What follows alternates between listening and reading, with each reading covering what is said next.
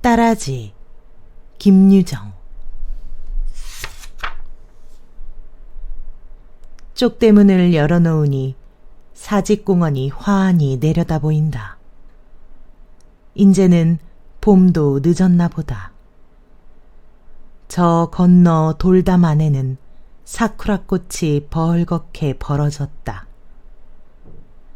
가지가지 나무에는 싱싱한 싹이 돋고 새침이 옷깃을 핥고드는 요놈이 꽃샘이겠지. 까치들은 새끼 칠집을 장만하느라고 가지를 입에 물고 날아들고. 이런 제기랄, 우리 집은 언제나 수리를 하는 겐가. 해마다 고친다 고친다 벼르기는 연실 벼르면서. 그렇다고 사직골 꼭대기에 올라붙은 깨웃한 초가집이라서 싫은 것도 아니다. 납작한 처마 밑에 비록 묵은 이영이 무더기 흘러내리건 말건, 대문짝 한 짝이 삐뚤어 박히건 말건, 장독 뒤에 판장이 아주 벌컥 나자빠져도 좋다. 참말이지, 그놈의 부엌 옆에 뒷간만 좀 고쳤으면 원이 없겠다. 밑둥의 벽이 확 나가서 어떤 게 부엌이고 뒷간인지 분간을 모르니, 게다 여름이 되면 부엌 바닥으로 구더기가 슬슬 기어들질 않나.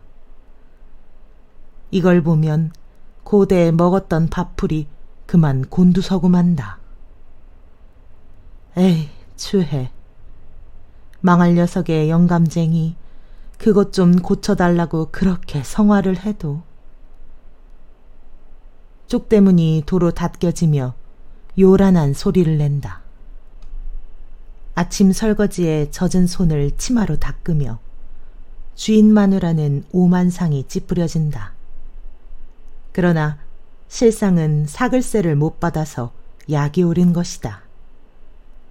영감더러 받아달라면 마누라에게 밀고, 마누라가 받자니 고분이 내질 않는다.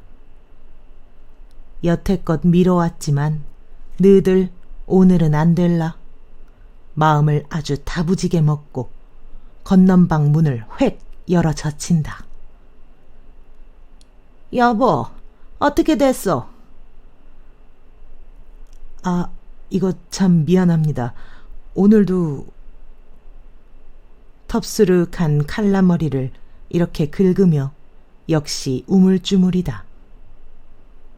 오늘도라니, 그럼 어떡할 작정이요? 하고 눈을 한번 크게 떠보였다마는 이 위는 앞만 얼러도 노할 주변도 못 된다. 나이가 새파랗게 젊은 녀석이 왜 이리 할 일이 없는지 밤낮 방구석에 팔짱을 지르고 멍하니 앉아서는 얼이 빠졌다. 그렇지 않으면 이불을 뒤쓰고는 줄창같이 낮잠이 아닌가. 햇빛을 못 봐서 얼굴이 누렇게 찌들었다.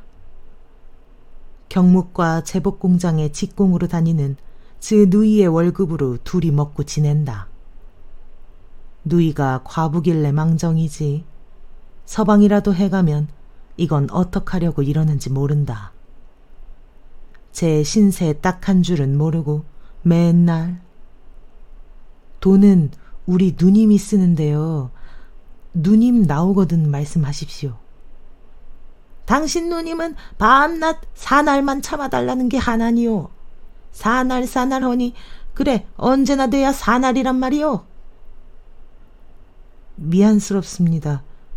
그러나 이번엔 사날 후에 꼭 드리겠습니다. 이왕 참아주시던 길이니. 글쎄 언제가 사날이란 말이요. 하고 주름 잡힌 이맛살에 화가 다시 치밀지 않을 수가 없다. 이놈의 사날이란 석 달인지 3년인지 영문을 모른다. 그러나 저쪽도 쾌쾌히 들이덤벼야 말하기가 좋을 텐데 울가망으로 한풀 꺾이어 들어오면은 더 짓거릴 맛도 없는 것이다. 돈도 다 실소. 오늘은 방을 내주. 그는 말 한마디 또렷이 남기고 방문을 탁 닫아버렸다. 그리고 서너 발 뚜덜거리며 물러서자 다시 가서 문을 열어잡고 오늘 우리 조카가 이리 온다니까 어차피 방은 있어야 하겠소. 장독 옆으로 빠진 수채를 건너서면 바로 아랫방이다. 본시는 광이었으나 새방 놓으려고 싱둥벙둥 방을 들인 것이다. 흑칠한 것도 위채보다는 아직 성하고 신문지로 처덕이었을 망정 제법 벽도 번듯하다. 비바람이 들이치어 누렇게 들뜬 미닫이였다. 살며시 열고 노려보니 망할 노랑퉁이가 여전히 이불을 쓰고 끙끙 누웠다. 노란 낯짝이 광대뼈가 툭 붉어진 게 어제만도 더 못한 것 같다. 어쩌자고 저걸 들였는지 제 생각을 해도 속알지는 없었다. 돈도 좋거니와 팔자에 없는 송장을 칠까봐 애간장이 다 졸아든다. 하기야 처음 올 때 저 병색을 모른 것도 아니고. 영감님, 무슨 병아니슈? 하고 겁을 먹으니까 감기가 좀 들렸더니 이러우. 이런 굴치 같은 영감쟁이가 또 있으랴. 그리고 그날부터 뒷간에다 피똥을 내깔리며 이 않는 소리로 쩔쩔 매는 것이다. 보기에 추하기도 할 뿐더러 그 신음소리를 들을 적마다 사지가 으스러지는 것 같다. 그러나 더 얄미운 것은 이걸 데리고 온 그 딸이었다. 버스걸 다니니까 아마 거짓말이 심한 모양이다. 부족 중이라고 한마디만 했으면 속이나 시원할걸. 여태도 감기가 쇠서 그렇다고 빠득빠득 우긴다. 방을 안 줄까봐 속인 그 행실을 생각하면 곧 눈에 불이 올라서 영감님, 오늘은 방세를 주셔야지요. 시방, 내 몸이 아파 죽겠소. 영감님은 괜한 소리를 한단 듯이 썩 귀찮게 벽 쪽으로 돌아 눕는다. 그리고 어그머니 끙 움츠러드는 소리를 친다. 아니, 영 방세는 안 내실 테요. 하고 소리를 빽 지르지 않을래야 않을 수 없다. 내 시방 죽는 몸이요. 가만히 있소. 글쎄, 죽는 건 죽는 거고 방세는 방세가 아니오. 영감님 죽기로서니 어째 내 방세를 못 받는단 말이오. 내가 죽는데 어째 또 방세는 낸단 말이오. 영감님은 고개를 돌리어 눈을 부릅뜨고 만화님 부럽지 않게 호령이었다. 죽을 때가 가까우니까 아기 바칠 대로 송두리 바친 모양이다. 정 그렇거든 내 딸 오거든 받아가구려. 이건 누구에게 찌다운가. 원 별일도 다 많어이. 하고 홀로 입속으로 중얼거리며 물러가는 것도 상책일는지 모른다. 괜스레 병든 것과 곁고 틀고 이러단 결국 이쪽이 한굽 죄인다. 그보다는 딸이나 오거든 톡톡히 따져서 내쫓는 것이 이리 쉬우리라. 그 옆으로 좀 사이를 두고 나란히 붙은 미닫이가 또 하나 있다. 열고자 문설주에 손을 대다가 잠깐 멈칫하였다. 툇마루 위에 무람없이 올려놓인 이 구두는 분명히 아키코의 구두일 게다. 문 열어볼 용기를 잃고 그는 부엌 쪽으로 돌아가며 쓴 입맛을 다시었다. 카페인가 뭔가 다니는 계집애들은 죄다 그렇게 망골들인지 모른다. 영애하고 아키코는 아무리 잘 봐도 씨알이 사람 될 것 같지 않다. 아래 위턱도 몰라보는 애들이 남봉질에 향수만 찾고, 그래도 영애란 계집애는 비록 심술은 내고 내댈 망정 뭘 물으면 대답이나 한다. 요 아키코는 방세를 내래도 입을 꼭 다물고는 안착에도 대꾸 한마디 없다. 여러 번 듣기 싫게 조르면 그제는 이쪽이 낼 성을 제가 내가지고 누가 입구도 안 내요? 좀 편히 계셔요. 어련히 내려고. 그런 극성 처음 보겠네. 이렇게 쥐어박는 소리를 하는 것이 아닌가. 좀 편히 계시라는 이 말에는 어이가 없어서도 고만 찔끔 못한다. 망할년, 언제 병이 들었었나? 쓸 방을 못 쓰고 사글세를 놓은 것이 돈이 아쉬웠던 까닭이었다. 2 영감 마누라가 산다고 호젓해서 동무로 모은 것도 아니다. 그런데 팔자가 사나운지 모두 우거지상, 노랑퉁이, 말괄량이 이런 몹쓸 것들 뿐이다. 이 망할 것들이 방세를 내는 셈도 아니요. 그렇다고 아주 안 내는 것도 아니다. 한 달치를 비록 3달에 별로 내는 한이 있더라도 영 내는 건 내는 거였다. 즈들끼리 짝이나 한 듯이 80전, 70전 1원 요렇게 짤끔짤끔 거리고 만다. 오늘은 크게 얼를 줄 알았더니 하고 보니까 역시 어저께나 다름이 없다. 방에 세간을 마루로 내나가며 새를 들인 보람이 무엇인지. 그는 마루 끝에 걸터 앉아서 화풀이로 담배 한 대를 피워 문다. 그러나 아무리 생각해도 내 방 빌리고 내가 말 못하는 것은 병신스러운 짓임에 틀림이 없다. 담뱃대를 마루에 내던지고 약을 좀 올려가지고 다시 아래채로 내려간다. 기세 좋게 방문이 획 열리었다. 아키코, 이봐, 차? 아키코는 내 활개를 벌리고 아키코답게 무사태평이 코를 골아 울린다. 젖퉁이를 풀어헤친 채 부끄럼 업고 2 다리는 이불산 위로 번쩍 들어 올렸다. 담배 연기 가득 찬 방 안에는 분내가 획 끼치고 이봐, 아키코, 자! 이번에는 대문 밖에서도 잘 들릴 만큼 목청을 돋았다. 그러나 생시에도 대답 없는 아키코가 꿈속에서 대답할 리 없음을 알았다. 그저 겨우 입속으로 망할 계집애도 가랑머리를 쩍 벌리고 저게 원 미닫이가 딱 닫혀지는 서슬에 문틀 위에 안약병이 떨어진다. 그제야 아키코는 조심히 눈을 떠보고 일어나 앉았다. 망할년, 저보고 누가 보랬나 하고 한 옆에 놓인 손거울을 집어든다. 어젯밤 잠을 설친 바람에 얼굴이 부석부석하였다. 권련에 불이 붙는다. 그는 천장을 향하여 연기를 내뿜으며 가만히 바라본다.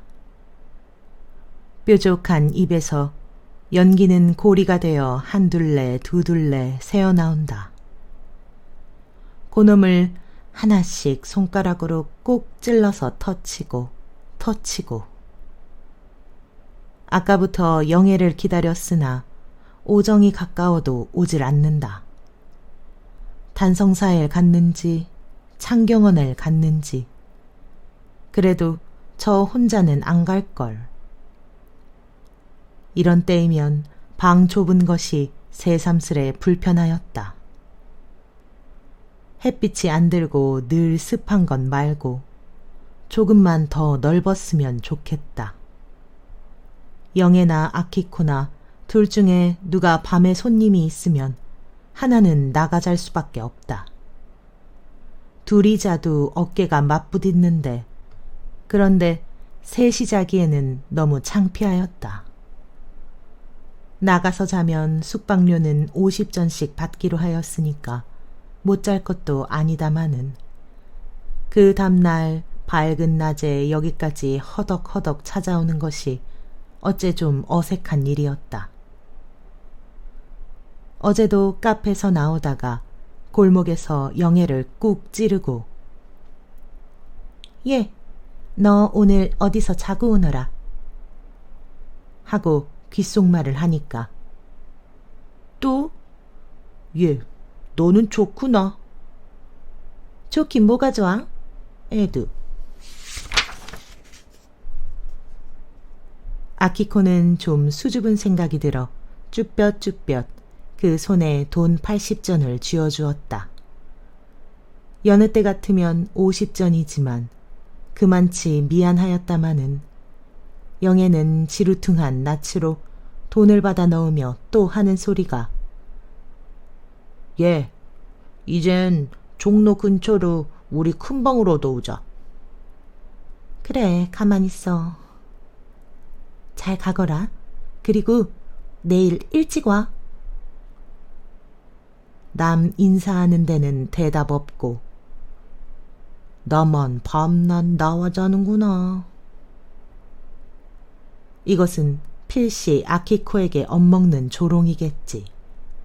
망하래도 저더러 누가 뚱뚱하고 못생기게 나랬나. 그렇게 뻐지게 하지만 영애가 설마 아키코에게 뼈지거나 엿먹지는 않았으리라. 아키코는 베개로 허리를 펴며 팔뚝시계를 다시 본다. 오정하고 15분, 또 3분. 영애가 올 때가 되었는데 망할 거 누가 채 갔나. 기지개를 한번 느리고 들어 누우며 미닫이깨로 고개를 가져간다. 문 아랫도리에 손가락 하나 드나들 만한 구멍이 뚫렸다. 주인 마누라가 그제야 좀 화가 식었는지 안방으로 휘젓고 들어가는 치맛꼬리가 보인다.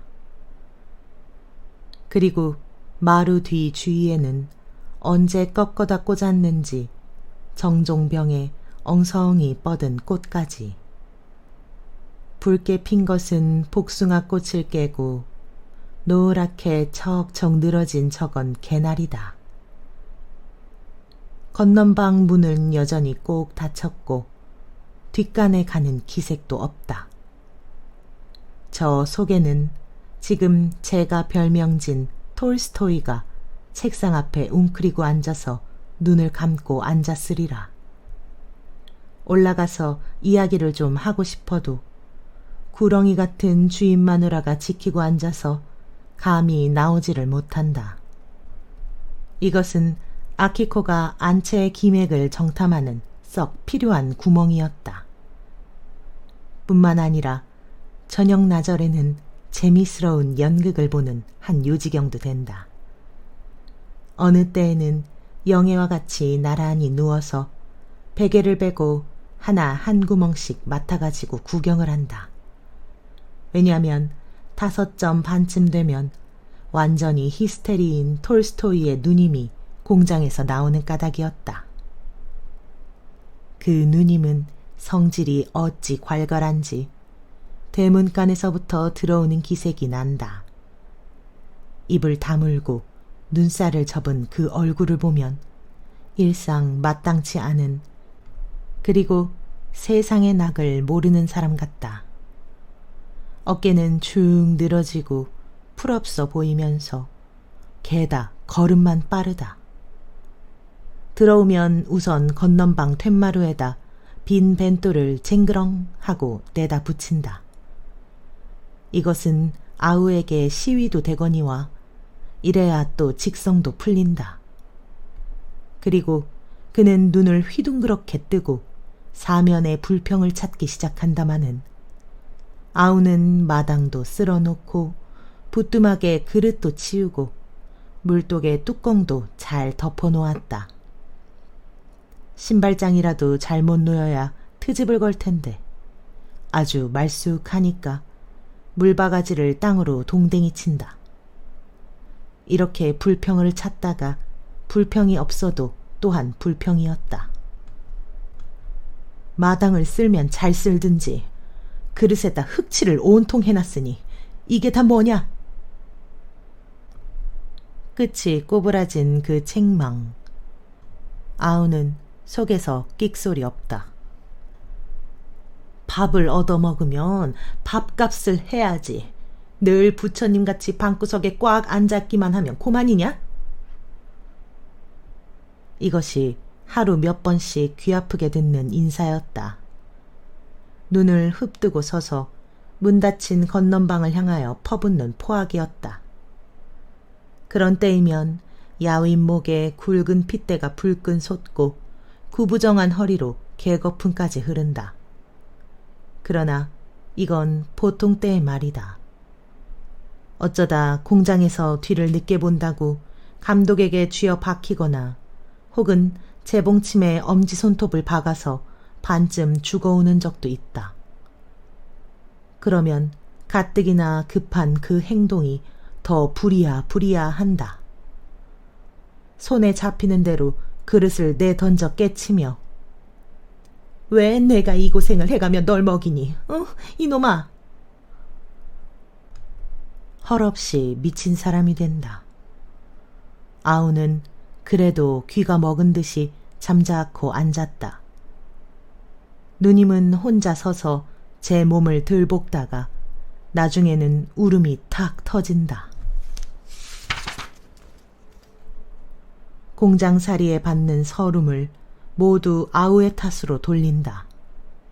그러면 할 일 없이 아우는 마당에 내려와서 누님의 어깨를 두 손으로 붙잡고 누님, 다 내가 잘못했소.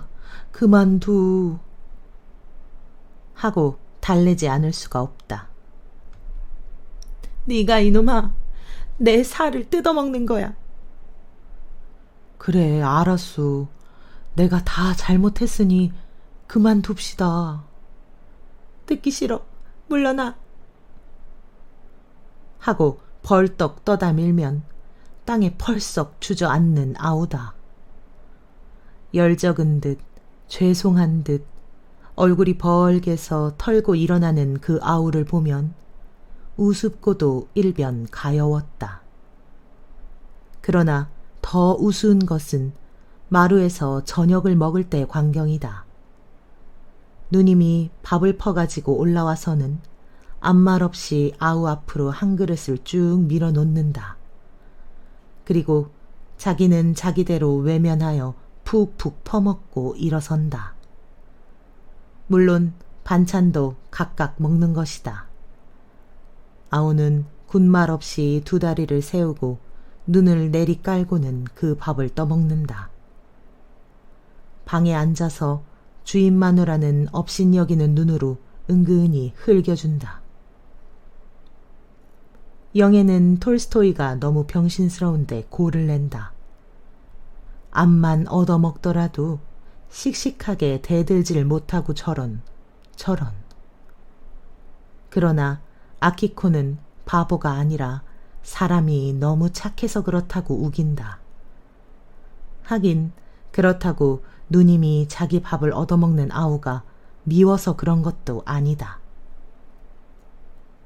나뭇잎이 등금등금 날리던 작년 가을이었다. 매일같이 하 들볶으니까 온다 간다 말없이 하루는 아우가 없어졌다.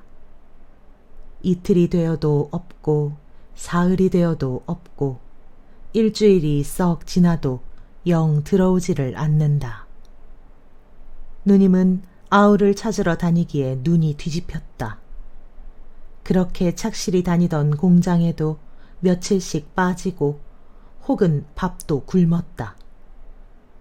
나중에는 아우가 한을 품고 죽었나 보다고 집에 들어오면 마루에 주저앉아서 통곡이었다. 심지어 아키코의 손목을 다 붙잡고 여보, 내 아우 좀 찾아줘. 미치겠수. 그렇지만 제가 어딜 간 줄 알아야지요. 아니, 그런데 놀러 가거든. 좀 붙들어줘. 부모 없이 불쌍히 자란 그놈이. 말끝도 다 못 마치고 이렇게 울던 누님이 아니었던가. 아흘에 만에야 아우를 남대문 밖 동무집에서 찾아왔다. 누님은 기뻐서 또 울었다.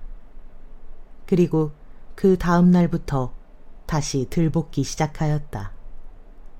이 속은 참으로 알 수 없고 여북해야 아키코는 대문 소리만 좀 다르면 예, 영애야, 변덕쟁이 온다. 어서 이리 와. 하고 입속 없이 신이 오른다. 아키코는 남모르게 톨스토이를 맘에 두었다. 꿈을 꾸어도 늘 울가망으로 톨스토이가 나타나곤 한다. 꼭 발렌티노 같이 두 팔을 떡 벌리고 하는 소리가 오, 저는 당신을 사랑합니다. 이 가슴에 안겨주소서. 그러나 생시에는 이놈의 톨스토이가 아키코의 애타는 속도 모르고 본둥만둥이 아닌가. 손님에게 꼭 답장할 필요가 있어서 선생님, 저 연애 편지 하나만 써주셔요. 아키코가 톨스토이를 찾아가면 저 그런 거 못 씁니다. 소설 쓰는 이가 그래 연애 편지를 못 써요? 하고 어안이 벙벙해서 한참 쳐다본다. 책상 앞에서 늘 쓰고 있는 것이 소설이란 말은 여러 번이나 들었다. 그래 존경해서 선생님이라고 부르고 뒤에서는 톨스토이로 바치는데 그래 연애 편지 하나 못 쓴다니 이게 말이 되느냐 하도 기가 막혀서 선생님, 연애해보셨어요? 하면 무안당한 계집애처럼 그만 얼굴이 벌게진다. 전 그런 거 모릅니다. 아키코는 톨스토이가 저한테 흥미를 안 갖는 걸 알고 좀 셀쭉하였다. 카페에서 구는 여급이라고 넘보는 맥인지 조선말로 부르면 흉해서 아키코로 행세는 하지만 영영 아키콘 줄 아나보다. 어쩌면 톨스토이가 흉측스럽게 아랫방 버스걸과 눈이 맞았는지도 모른다. 왜냐하면 버스걸이 나갈 때 그때쯤 해서 톨스토이가 세수를 하러 나오고 하는 것을 보았다. 그리고 옥생각인지 몰라도 버스걸도 요즘엔 버쩍 모양을 내기에 몸이 달았다. 며칠 전에 버스걸이 거울과 가위를 손에 들고 아키코의 방을 찾아왔다. 언니, 나 이 머리 좀 잘라줘. 그건 왜 자르려고 그래? 그냥 두지. 날마다 머리 빗기가 귀찮아서 그래. 하고 좀 거북한 표정을 하더니 난 언니 머리가 좋아. 뭉툭한 게. 웃음으로 겨우 버무린다.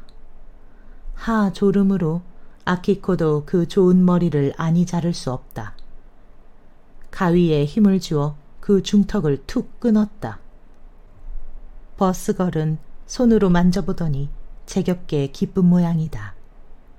확 돌아앉아서 납죽한 주둥이로 헤헤 웃으며 언니같이 더 좀 들여 잘라주어요. 더 자르면 못 써. 이만하면 좋지 않어? 대고 졸랐으나 아키코는 머리를 버려놓을까봐 더 응칠 않았다. 여기에 성이 바르르 나서 버스걸은 제 방으로 가서는 제 손으로 더 몽총히 잘라버렸다. 그 뜯어놓은 머리에다 분을 하얗게 바르고는 아주 좋다고 나다니는 계집애다. 양말 뒤축에 빵꾸가 좀 나도 제 방 들어갈 째 뒤로 기어든다. 아침에 나갈 때 보면 버스걸은 커다란 책보를 옆에 끼고 아주 버젓하다. 처음엔 아키코가 고등과에 다니는 학생인가 한 것도 무리는 아니었다. 왜냐면 그 책보가 고등과에 다니는 책보같이 그렇게 탐스럽고 허울이 좋았다. 그러나 차차 알고 보니 보지도 않는 헌 잡지를 그렇게 포개고 그 사이에 벤또를 꼭 물려서 싼 책보이었다. 벤또 하나만 싸면 공장의 계집애나 버스걸로 알까봐서 그 무거운 잡지책을 힘드는 줄도 모르고 들고 왔다 갔다 하는 것이 아니냐. 그래놓고는 저녁에 돌아올 때면 웬 도둑놈 같은 무서운 중학생 놈이 쫓아오고 한다고 늘 성화다. 그놈 다리를 꺾어놓지. 이렇게 딸의 비위를 맞추어 병든 아버지는 이불 속에서 큰 소리다. 그리고 아침마다 딸 맘에 썩 들도록 그 책보를 싸는 것도 역시 그의 일이었다. 정성스레 귀를 내어 문 밖으로 두 손을 내받치며 예, 일찍가니 돌아오너라. 감기 들라. 이런 걸 보면 영애는 또 마음에 맞득치 않았다. 딸에게 구리칙칙이 구는 아버지는 보기가 개만도 못하다 했다. 그래 아키코와 쓸데없이 주고받고 다툰 일까지 있다. 그럼 딸의 거 얻어먹고 그렇지도 않아? 그러니 더 든적스럽지 뭐냐? 든적스럽긴 얻어먹는 게 든적스러워. 몸에 병은 있고 그럼 어떡하니? 애도 너무 빠장빠장 웃기는구나. 아키코는 셀쭉이 토라지다 고개를 다시 돌리어 웅크려 뜯는 소리로 너, 네 아버지가 팔아먹었다지. 그래, 내 맘에 좋으냐? 애도 절더러 누가 그런 소리를 하라나? 하고 영애는 더 덤비지 못하고 그제는 눈으로 치마를 걷어올린다. 이렇게까지 영애는 그 병쟁이가 몹시도 싫었다. 누렇게 말라붙은 그 얼굴을 보고 김막가라는 병명을 지을 만치 그렇게 밉살스럽다. 왜냐면 어느 날 김막가가 영애를 방해하였다. 그날은 어쩐 일인지 김막가가 초저녁부터 딸과 싸운 모양이었다. 새로 2점쯤 해서 영애가 들어오니까 둘이 소곤소곤하고 싸우는 맥이다. 가뜩이나 엄살을 부리는 데다 더 흉측을 떨며 아이고 하나님 맙시사. 그렇지 않으면 하나님 날 잡아가지 왜 이리 남겨두슈. 아래의 윗칸을 흙벽으로 막았으면 좋을걸. 얇은 빈지를 들이고 종이로 발랐다. 윗칸에서 부시럭 소리만 나도 아래칸까지 그대로 흘러든다. 그 벽에다 머리를 쾅쾅 부딪히며 어이구 이놈의 팔자도. 제 깐에는 딸 앞에서 죽는다고 결기를 이는 꼴이다.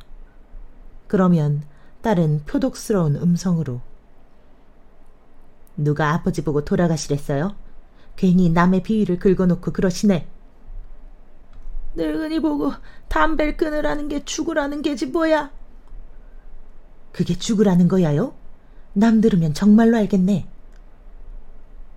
딸이 좀 더 볼멘 소리로 쏘아 박으니 또다시 아이고 이놈의 팔자도. 벽에 머리를 부딪히며 어린애같이 깨깨 울고 앉았다. 질긴 귀로도 못 들을 징그러운 그 울음소리. 가물에 빗방울같이 모처럼 끌고 왔던 영애의 손님이 이마를 접는다. 그리고 아무 말 없이 취한 걸음으로 비틀비틀 쪽마루로 내걷는다. 되는 대로 구두짝이 끌린다. 왜 가셔요? 요담 또 오지. 여보세요. 이 밤중에 어딜 간다고 그러셔요? 하고 대문간서 그 양복을 잡아챈다마는 허황한 손이 올라와 툭툭 털어버리고 요담에 또 오지. 그리고 천변을 끼고 비틀거리는 술 취한 걸음이다. 영애는 눈에 독이 잔뜩 올라서 한 전등이 둘셋씩 보인다. 빈방 안에 홀로 누워서 입속으로 김맛가를 악담을 하며 눈물이 핑 돈다. 벌써 1점 45분. 영애는 뒤툭뒤툭 들어오며 살집 좋은 얼굴이 싱글벙글이다. 손에는 통통한 과자봉지, 미닫이를 여니 윗목 구석에 쓸어박은 헌 양말짝, 떼전 속옷, 보기에 어수선 산란하다. 벌써 오니? 좀 더 있지. 얘도 목욕하고 온단다. 목욕은 혼자 가니? 하고 좀 삐지려 한다. 그래, 넣어주려고 과자 사왔어요. 그럼 그렇지, 우리 영애가. 요강에서 손을 뽑으며 기니 달겨든다. 아키코는 오줌을 눌 적마다 요강에 받아서는 이 손을 담그고 한참 있고 저 손을 담그고. 그러나 석 달이나 넘어 그랬건만 손결이 별로 고와진 것 같지 않다. 그 손을 수건에 닦고 나서 모두 나마카시 생과자만 사왔구나. 우선 하나를 덥석 물어뗀다.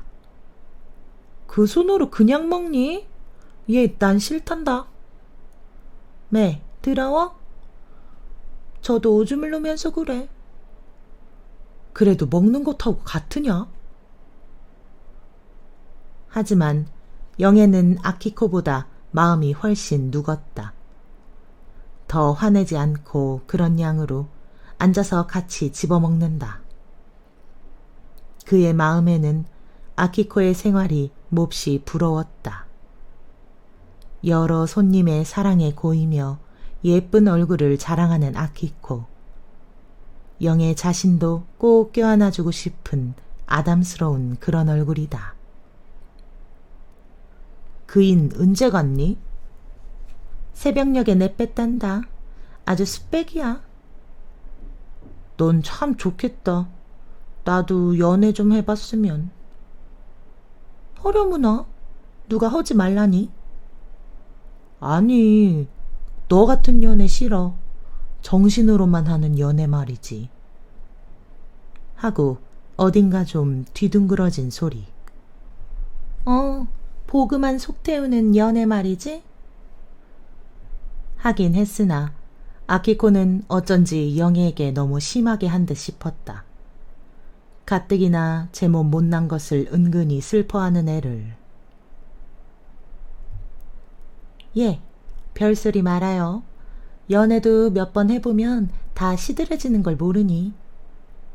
난 일상 맘 편히 혼자 지내는 네가 부럽더라. 하고 슬그머니 한번 문질러주면 내가 부러워? 애도 괜히 저러지. 영애는 이렇게 부인은 하면서도 벙싯하고 짜장 우월감을 느껴보려 한다. 영애도 한때에는 주체궂은 살을 말리고자 아편도 먹어봤다. 남의 말대로 듬뿍 먹었다가 꼬박이 이틀 동안을 일어나지도 못하고 고생하던 생각을 하면 시방도 등어리가 선뜻하다. 그러나 영애에게도 어쩌다 엽서가 오는 것은 참 신통한 일이라 안 할 수 없다. 또 뭐 뒤져갔니? 하고 영애는 의심이 나서 제 경대 서랍을 뒤져본다. 과연 며칠 전 어떤 전문학교 학생에게서 받은 끔찍이 귀한 연애 편지가 또 없어졌다. 사내들은 어째서 남의 계집의 세간을 뒤져가기 좋아하는지 그 심사는 참으로 알 수 없고. 또 집어갔구나. 이럼 난 모른단다. 영애는 고만 울상이 된다. 뭐? 편지 말이야. 무슨 편지를? 왜 요전에 받은 그 연애 편지 말이야. 저런, 그 망할 자식이 그건 뭐하러 집어가. 난 통이 보덜 못했는데. 수줍은 척하더니 아주 숭악한 자식이로군. 아키코는 가는 눈썹을 더욱이 잰다. 그리고 무색한 듯 영애의 눈치만 한참 바라보더니 내 톨스토이 보고 하나 써달라마. 그럼 이담 연애 편지 쓸 때 그거 보고 쓰면 고만하냐. 하고 곱게 달랜다. 그러나 과연 톨스토이가 하나 써줄는지 그것도 의문이다. 영애가 벌써 전부터 여기를 떠나자고 졸라도 좀좀하고 망설이고 있는 아키코. 그런 성의를 모르고 톨스토이는 아키코를 보아도 늘 한량으로 대단치 않게 지나간다. 그렇다고 한때는 버스걸에게 마음을 두었나 하고 의심을 해봤으나 실상은 그런 것도 아닐 것이다.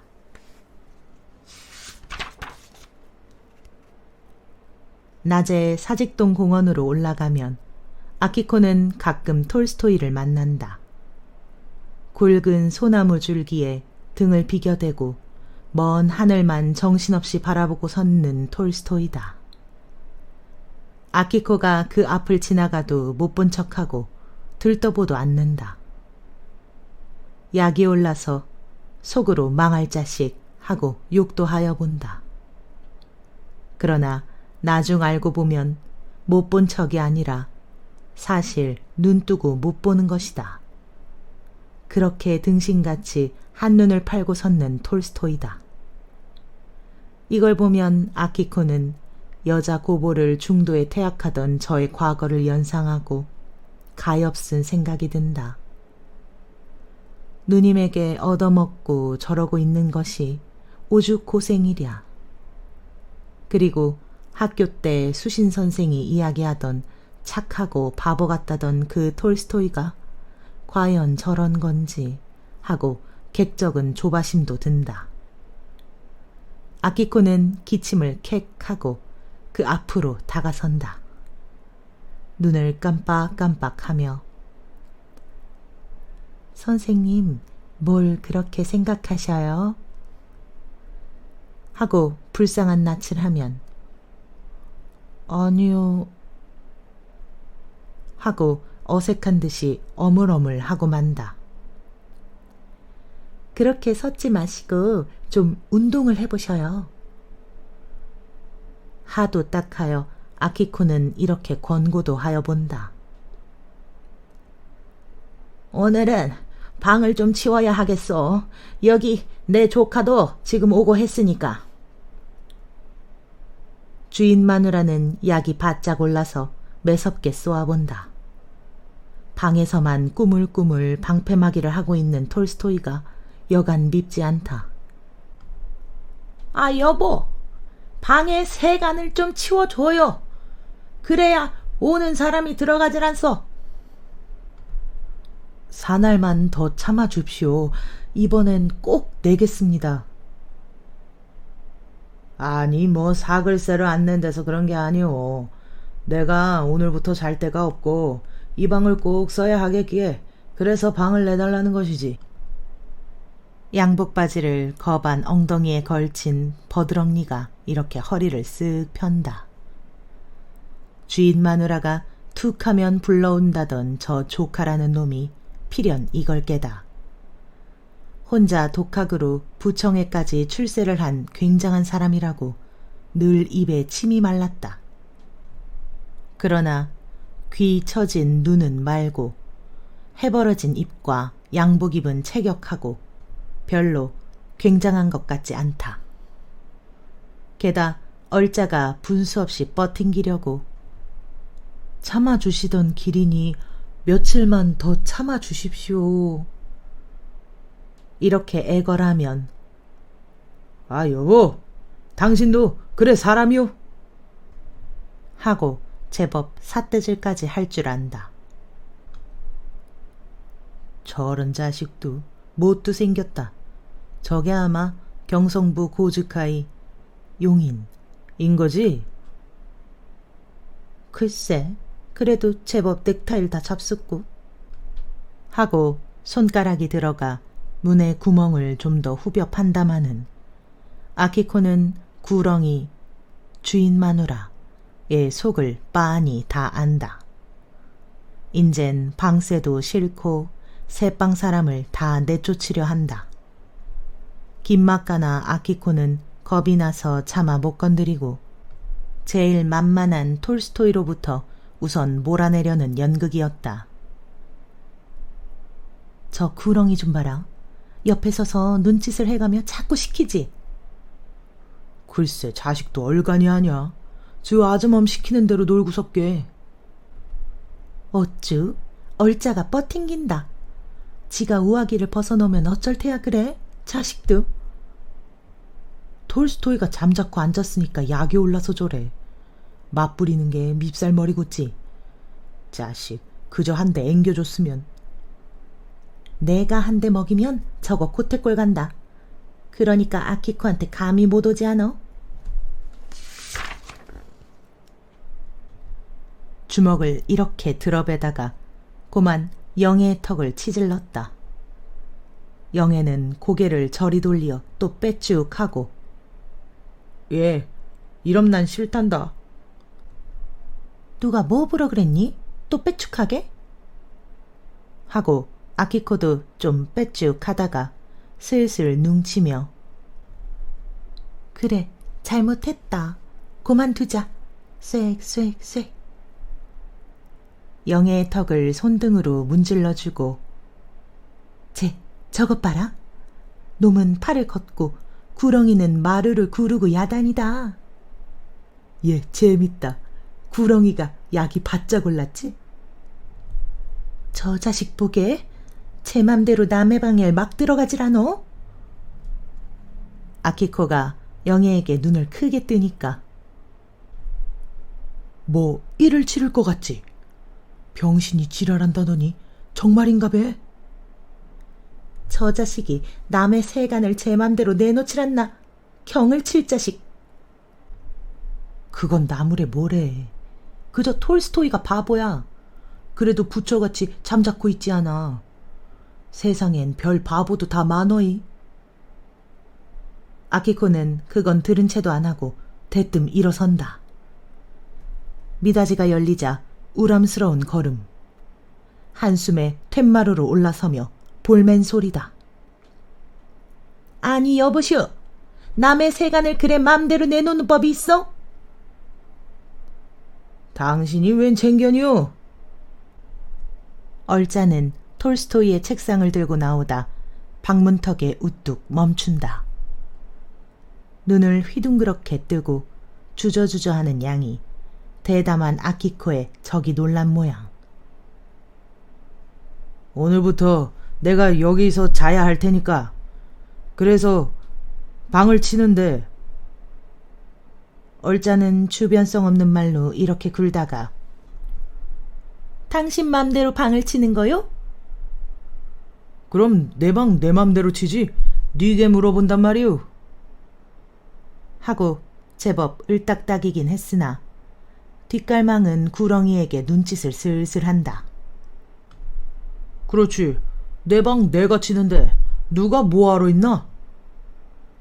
당신 맘대로는 안 돼요. 그 책상 도로 저리 갖다 놓어. 사길세를 내란다든지 하는 게 옳지. 등을 밀어 내쫓는 경우가 어디 있단 말이오. 아니 아키코는 제 거나 낼 생각을 하지. 웬 걱정이야. 저리 비켜서. 구렁이는 문을 막고 섰는 아키코의 팔을 잡아당긴다. 여편네는 찍소리 없이 눌려왔지만 오늘은 얼짜를 잔뜩 믿는 모양이다. 이걸 보고 옆에 섰던 영애가 또 안이 꼬어서 제 거라니? 누구 보고 저야? 이 늙은이가 눈깔 뺐나? 하고 그 팔을 뒤로 확 잡아챈다. 늙은 구렁이와 영애는 몸 중량의 비례가 안 된다. 제풀에 비틀비틀 돌더니 벽에가 쿵 하고 쓰러진다. 그러나 눈을 감고 턱이 떨리는 아이고 소리는 엄살이다. 얼짜가 문턱에 책상을 떨구더니 용감히 획 넘어 나온다. 아키코는 저 자식이 달맞지에 흉내를 내는구나 할 동안도 없이 영애의 뺨이 짤꺽. 이년아, 늙은이를 쳐? 아, 이 자식 보래. 누구 뺨을 때려? 아키코는 악을 지르며 그 혁대를 뒤로 잡아 낚아챈다. 마루 위에 놓였던 다듬이돌에 걸리어 얼짜는 엉덩방아를 쿵 하고 잡은 참 날아드는 숯보니는 도골은 영애의 분풀이다. 그러자 또 아랫방 문이 확 열리고 지팡이가 김막가를 끌고 나온다. 이 자식이 웬 자식인데 남의 계집애 뺨을 때려? 원, 이런 망하다 판이 날 자식이 눈에 아무것도 배질 않나? 세상이 망한다 한데도만 이런 자식은. 김막가는 뜰에서부터 사방이 들으라고 와짝 떠들며 올라온다. 구렁이한테 늘 쪼여 지내던 원한의 복수로 아키코와 서로 멱살잡이로 섰는 얼짜의 복장을 지팡이로 내지른다. 이런 연병을 하다 땀통이 끊어질 자식 있나? 그와 동시에 김막가는 검불같이 뒤로 벌렁 낮아빠졌다. 내댔던 지팡이가 도로 물러오며 바짝 마른 허구리를 쳤던 것이다. 개신개신 몸을 이르집으며 김막가는 9시월 설이 맞은 독사가 된다. 이 자식아, 너는 네 애비도 없니? 대뜸 지팡이는 날아들어 얼짜의 귓배기를 내리갈긴다. 딱 하고 뼈 닿는 무딘 소리. 얼짜는 고개를 푹 꺾고 귀에 두 손을 들이대자 죽은 듯이 꼼짝 못한다. 아키코도 얼짜에게 뺨 한 대를 얻어맞고 울고 있었다. 이 좋은 기회를 타서 얼짜의 등 뒤로 빨간 얼굴이 달려든다. 이건 권투식으로 집어 셀까 하다 그대로 그 어깨 죽지를 뒤로 물고 늘어진다. 아! 아! 이렇게 외마디 소리로 아가리를 딱딱 벌린다. 그리고 뒤통수로 안팡스레 날아든 것은 영애의 주먹이다. 톨스토이는 모두가 미안쩍고 따라 제풀에 지질려서 어쩔 줄을 모른다. 옆에서 눈을 흘기는 영애도 모르고 노세요, 고만 노세요, 어떡합니까? 하며 아키코의 등을 두 손으로 흔든다. 구렁이도 벌벌 떨어가며 이년이 사람을 뜯어먹을 텐가? 안 놓니? 이거 안 놔? 아키코를 대고 잡아당기며 얼른다. 그러나 잡아당기면 당길수록 얼짜는 소리를 더 지른다. 이러다간 일만 더 크게 벌어질 걸 알고 구렁이는 간이 고만 달룽한다. 이 사품에 안방 미닫이는 설주육이 부러지고 뒤주 위에 얹었던 대접이 둘이나 떨어져 깨졌다. 잔뜩 믿었던 조카는 저렇게 죽게 되고 이러단 방은커녕 사람을 잡겠다 생각하고 그는 온몸이 덜덜 떨리었다. 게다 모질게 내려치는 김막가의 지팡이. 구렁이는 불이 나게 대문 밖으로 나왔다. 골목길을 내려오며 뒤에 날리는 치맛자락에 바람이 났다. 사글세를 내렸으면 좋지. 내쫓으려고 하니까 그렇게 분란이 일고 하는 게 아니야? 아닙니다. 누가 내쫓으려고 그래요. 세를 내라고 그러니까 그렇게 아키코란 년이 올라와서 온통 사람을 뜯어먹고 그러는군요. 말 마라. 내쫓으려고 한 걸 아는데 그래. 요전에도 또 한 번 그런 일이 있었지? 순사는 노파의 뒤를 따라오며 나른한 하품을 주먹으로 끈다. 툭 하면 와서 찐대를 붙는 노파의 행세가 여간 귀찮지 않다. 조그맣게 말라붙은 노파의 센 머리 쪽을 바라보며 올해 몇 살이야? 그년 19이죠. 그런데 그렇게. 아니, 노파 말이야.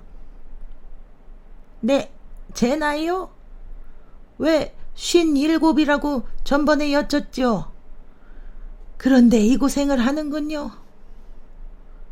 하고 궁상스레 우는 소리다. 노파는 김막가보다도 톨스토이보다도 아키코가 가장 미웠다. 방세를 받을래도 중불나게 가로맡아서 지랄하기가 일쑤요. 또 밤낮 듣기 싫게 창가지리요. 게다 새순물을 버려도 일부러 심청궂게 앞마루 끝으로 획 끼얹는 아키코. 인연을 이번에는 경을 흠씬 치도록 해야 할 텐데 속이 간질돼서 그는 총총걸음을 치다가 돌부리에 채여 고만 나가둥그러진다. 그 바람에 쓰레기통 한 귀에 내뻗은 못에 가서 치맛자락이 찌익하고 찢어진다. 망할 자식 같으니 쓰레기통에 못도 못 박았나? 하고 흙을 털고 일어나며 역정이 난다. 그 꼴을 보고 순사는 손으로 웃음을 가린다. 그봐, 이젠 다시 오지 마라. 이번엔 할 수 없지만 또다시 오면 그땐 노파를 잡아갈 테야. 네, 다시 갈 리 있겠습니까? 그저 이번에 그 아키코란 년만 흠씬 버릇을 고쳐주십시오. 늙은이 보고 욕을 안 나요. 사람 치질 않나요. 그리고 아직 핏대도 다 안 마른 년이 서방이 몇인지 수가 없어요. 순사는 코대답을 해가며 귓등으로 듣는다. 너무 많이 들어서 인제는 흥미를 놓친 까닭이었다. 갈팡 질팡 문지방을 넘다 또 꼬꾸라지려는 노파를 뒤로 부축하여 눈살을 찌푸린다. 알고 보니 짐작대로 노파 허통에 또 속은 모양이었다. 살인이 났다고 짓떠들더니 임장하여 보니까 조용한 집안에 웬 낯선 양복쟁이 하나만 마루 끝에서 천연스레 담배를 피울 뿐이다. 그리고는 장독 사이에서 왔다 갔다 하며 뭘 주워먹는 생쥐가 있을 뿐 신발짝 하나 난잡히 놓이지 않았다. 하 어처구니가 없어서. 어서 죽었어.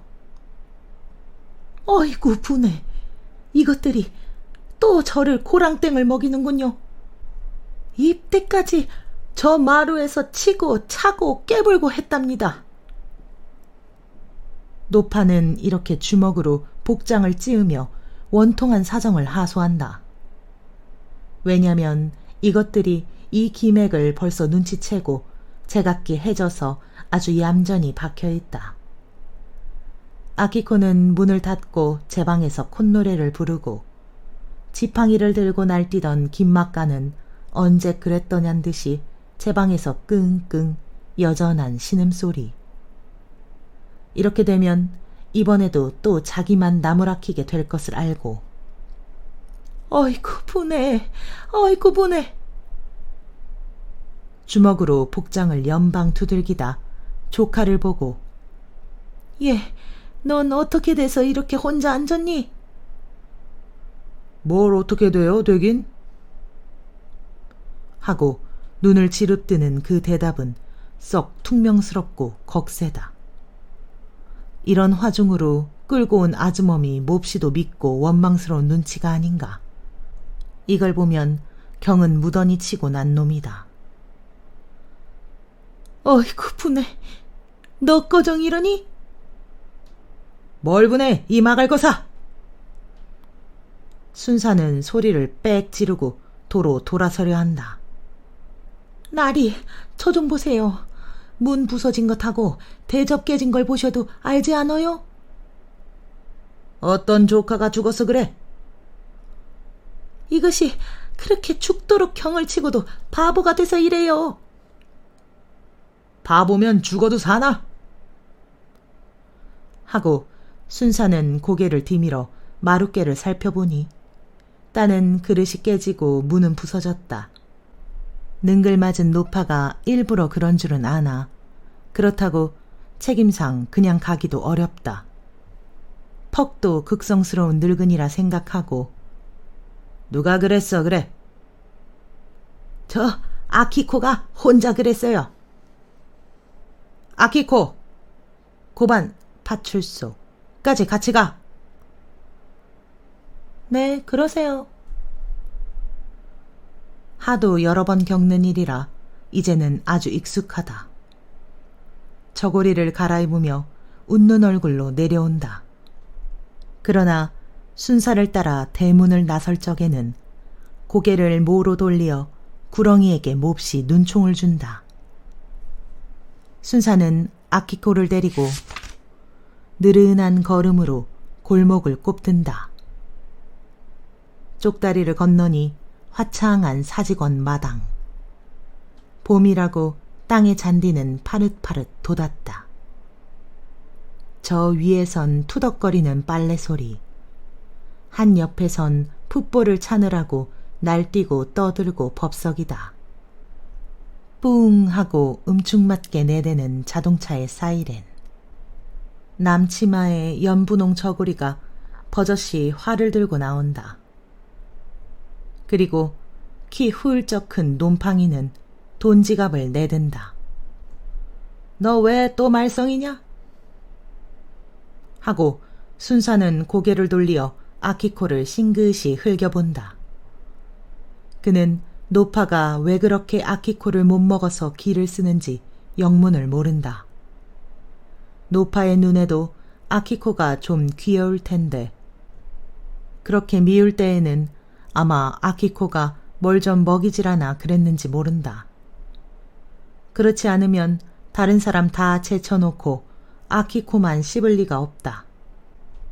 생각하다가 뭘 말썽이유 내가? 네가 뭐 주인 마누라를 깨물고 사람을 죽이고 그런다며? 그리고 요전에도 카페에서 네가 손님을 쳤다는 소문도 들리지 않니? 하고 눈살을 접고 웃어버린다. 얼굴 똑똑한 것이 아주 할 수 없는 계집애라고 돌릴 수밖에 없다. 난 그런 거 몰루. 아키코는 땅에 침을 탁 뱉고 아주 천연스레 대답한다. 그리고 사직원의 문간쯤 와서는 이담 또 만납시다. 제멋대로 작별을 남기고 저는 저대로 산 쪽으로 올라온다. 활터길로 올라오다 아키코는 궁금하여 뒤를 한번 돌아본다. 너무 기가 막혀서 벙벙이 바라보고 있다가 다시 주먹으로 나른한 하품을 끄는 순사. 한편에선 날뛰고 자빠지고 쾌활히 공을 찬다.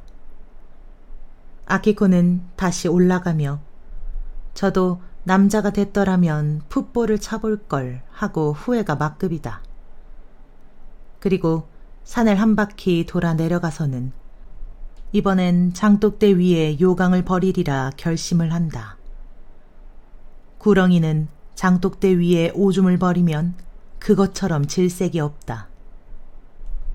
망할년, 이담에 봐라. 내 장독 위에 오줌까지 깔길 테니. 이렇게 아키코는 몇 번 결심을 한다.